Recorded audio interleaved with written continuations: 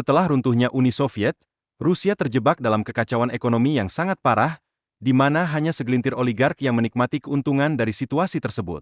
Ketidakstabilan yang melanda negara ini memberi peluang emas bagi Putin untuk meraih dukungan yang dibutuhkannya. Boris Yeltsin, presiden pertama Rusia, menghadapi ketidakpopuleran yang meluas dan sangat bergantung pada dukungan oligark untuk mempertahankan posisinya.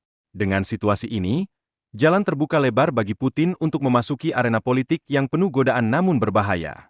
Putin, yang mulai berpolitik setelah jatuhnya Uni Soviet, dengan cepat membangun jaringan dukungan yang kuat dari kalangan oligark serta mantan pejabat KGB.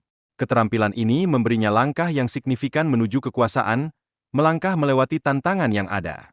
Kekacauan yang berkepanjangan di Chechnya menjadi alasan bagi Putin untuk meluncurkan perang yang brutal, berusaha mengembalikan kontrol Rusia yang hilang. Namun, konflik ini tidak tanpa harga. Banyak nyawa terenggut dalam perjuangan yang penuh penderitaan ini. Setelah Yeltsin mengundurkan diri, Putin mengambil alih sebagai presiden sementara, memulai serangkaian perubahan besar pada struktur pemerintahan. Dengan menggunakan patronase dan taktik korupsi, ia mengukuhkan kekuasaannya di tengah guncangan politik. Putin tak hanya menghilangkan oligarki yang menentangnya, tetapi juga memberikan imbalan kepada mereka yang loyal kepadanya. Kasus Mikhail Khodorkovsky menjadi simbol nyata dari tindakan keras yang diambilnya terhadap mereka yang berani melawan.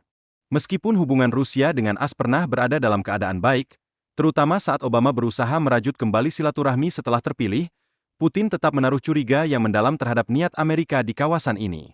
Kembali sebagai presiden pada tahun 2012 dengan kemenangan yang luar biasa, Putin melanjutkan pendekatan pemerintahan otoriter yang telah menjadi ciri khasnya, sekaligus menerapkan strategi militer yang agresif.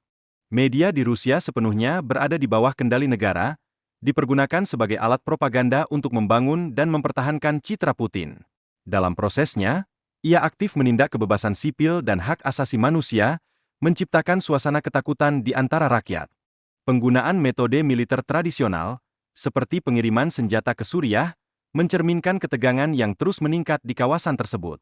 Ini tidak hanya mempengaruhi situasi lokal, tetapi juga memberikan dampak signifikan terhadap stabilitas regional secara menyeluruh.